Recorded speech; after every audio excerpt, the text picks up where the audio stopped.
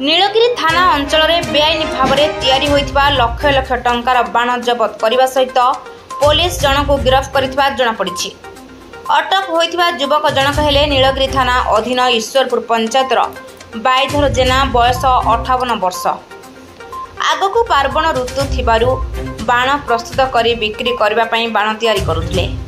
Nilgiri SDPO Pramod Kumar Mallik कौनसी सूत्ररू खबर पाइबा परे तांको निर्देश रे नीलगिरी थाना आईएससी गोवर्धन नायक नेतृत्व में एएसआई विकास भोई सदल बले नहीं बाण तैयारी स्थान उपरे अचानक चढ़ाऊ कर बाण सह उक्त युवक को गिरफ्त कर जबत होइतिबा बाणर मूल्य पाखापाखि 2 लाख टंकार ऊर्ध्व हेबो बोली जଣାपड़ी।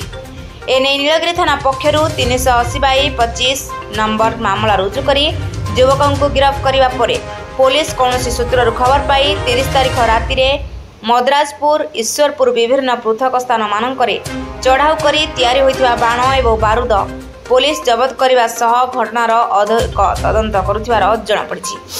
Nilgiri Vimal Kumar दलेंक report रूपथालिया news.